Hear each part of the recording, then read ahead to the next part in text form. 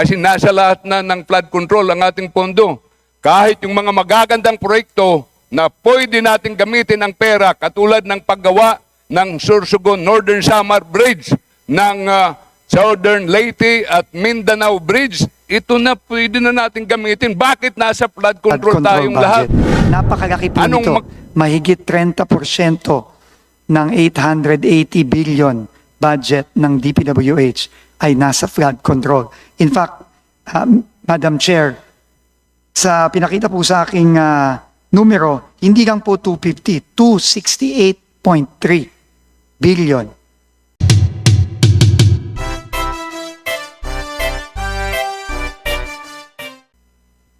Maraming salamat po, Madam Chair. Ang ating pong mahal na sekretary hindi nag-present ng budget dito at parang apologetic na siya sa ginawang budget ng DPWH. Pero kami po ay natasan magtanong, kaya ito pa rin ang itatanong namin. Po ba? So, sa akin tingin po, ang buong budget natin ay 6.793 trillion na pinasa sa atin ng DBCC, ng ating Executive Department.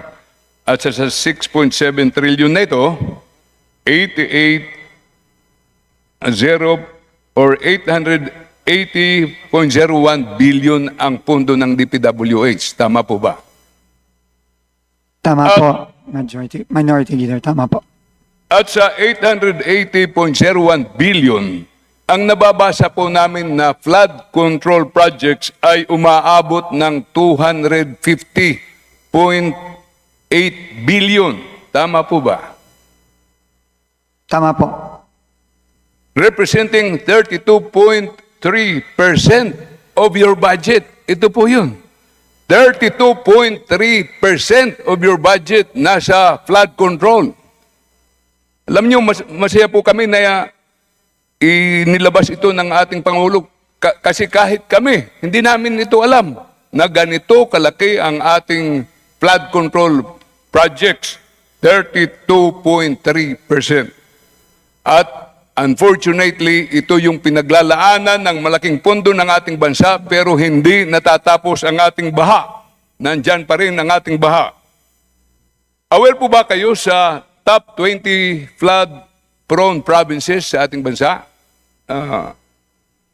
Based sa ating geohazard mapping and assessment? Tama po ba? Alam nyo, may kasabihan ni Edward A. Murphy Jr., American Aerospace Space Engineer sa California, ang sinabi, anything that can go wrong will go wrong. Dito na po tayo nagsisimula magkamali. Dahil yung mga binabahang probinsya ay hindi natin tinatamaan. Anong binabahang probinsya natin? Number 1, Maguindanao, 158 hectares. Number 2, Cagayan, 135.6 hectares. Number 3, Pangasinan. Number 4, Isabela. Number 5, Nueva Ecija. Number 6, Palawan. Number 7, Pampanga. Number 8, Agusan del Sur. Number 9, Zamboanga del Sur. Number 10, Iloilo. Number 11, North Cotabato. Number 12, Leyte. Number 13, Bulacan. Number 14, Northern Samar. Number 15, Tarlac. Number 16, Capiz. Zambales, Davao del Norte, Camarines Sur, and Western Samar. Ito po, yung ating top 20 flood control provinces na talagang binabaha. Pero sa pinaglalaanan po natin ng pondo ng DPWH, kayo po ang nag-identify dito. Nasa NEP po natin at nasa isumbong sa Pangulo po ito. 12 sa mga probinsya, wala po dito sa top 20 provinces. Ano bang basis ninyo sa identification? Kaya, mahal na sekretary, kailangan itong pag-aralan dahil mananalo lang po tayo dito pang maganda ang ating planning. Alam nyo, 2019, Secretary, napapansin ko sa aking probinsya sa Eastern Samar, sa bayan ko, San Rafael na barangay, Taft Eastern Samar, may nagsulputan mga proyekto. Una, yung mga rock netting. 3 billion hindi namin maintindihan sa Eastern Samar. Hindi naman naglalandslide, hard rock, pero 3 billion ang inilagay. At may mga flood control projects po kami na nakikita namin. Ngayon pa lang nagsulputan, isa sa Hernani, barangay ng Hernani ng Soong, at saka isa sa barangay ng Llorente. Ngayon pa lang sinimulan, 2024 budget. At ang nakikita namin ay malaki ang accomplishment na inire-report at actually nag-mobilize pa lang.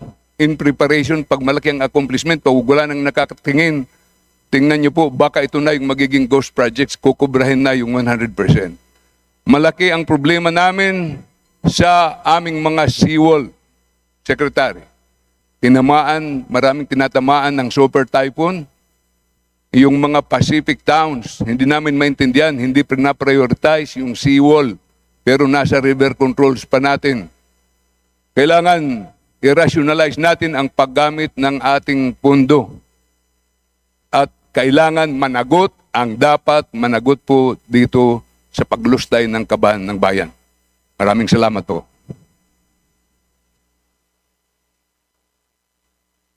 Minority Leader, Honorable Minority Leader, maraming salamat po.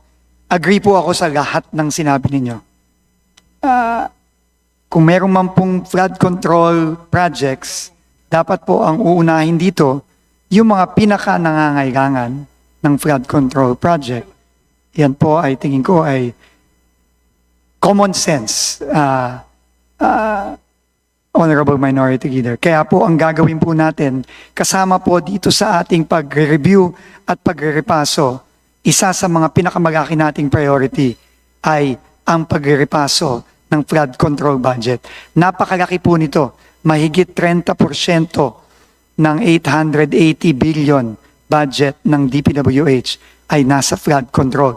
In fact, Madam Chair, sa pinakita po sa aking numero, hindi lang po 250, 268.3 billion ang nakalagay sa flood control.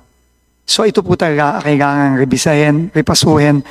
We have to put rhyme and reason. We have to put order in allocating the precious funds of our people. And it will start, obviously, with science, as mentioned by Chair Mika earlier. Kailangan po science-based ito. Hindi ito po pwedeng kung saan-saan na lang po kinukuha ang mga numero at kung saan-saan na lang po ginagagay.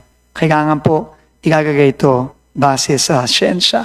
Kaya po, makakaasa po kayo, Honorable Minority Leader, gagawin po natin yan sa ating pagre-repaso at pagre-review nitong budget ng DPWH.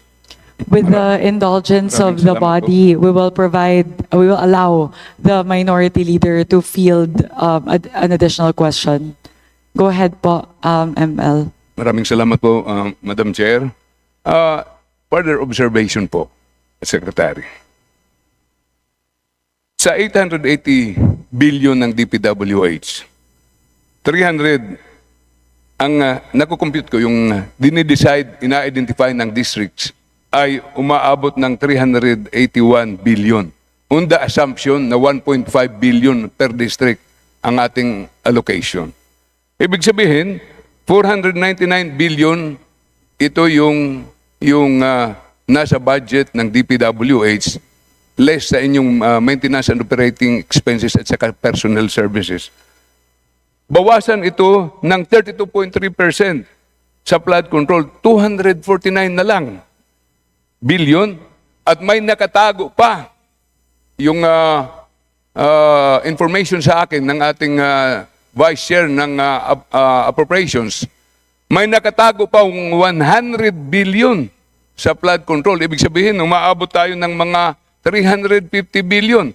Kaya po, ito ang reason na walang magandang maintenance ang ating Maharlika Highway, yung mga existing roads natin na kailangan natin ayusin kasi nasa lahat na ng flood control ang ating pondo. Kahit yung mga magagandang proyekto, na pwede natin gamitin ang pera katulad ng paggawa ng Sorsogon Northern Samar Bridge, ng Southern Leyte at Mindanao Bridge, ito na pwede na natin gamitin. Bakit nasa flood control tayong lahat? Anong maganda dito? Dapat matuto na tayong magplano ng maayos. Pasensyahan niyo po ako, Secretary. Nararanasan po namin lahat ang mga ito at kami po nagagalak na inilabas po ito ng ating mahal na Pangulo para maayos ang pondo ng DPWH sa ating bansa. Your comments, Secretary. Maraming salamat po, Honorable Minority Leader. Again, tama po kayo. No, marami pong mga proyekto na dapat i-prioritize at yun po ang pipilitin nating gawin. No? Dito sa pagrepaso natin, kung hindi naman kinakailangan yung ibang mga flood control project, pwede po yang magamit sa ibang mga project tulad ng pag-maintain ng Maharlika Highway, yung ating backbone, nationwide backbone, at iba pang mga proyekto tulad ng ating mga tulay. Ano po ito? Ito po ang gagawin natin at ipapasalamat po tayo ulit sa ating Honorable Minority Leader at sa ibang member ng komite sa pagpo-point out nitong mga importanteng mga issue na ito dito sa 2026 budget ng DPWH. Salamat po.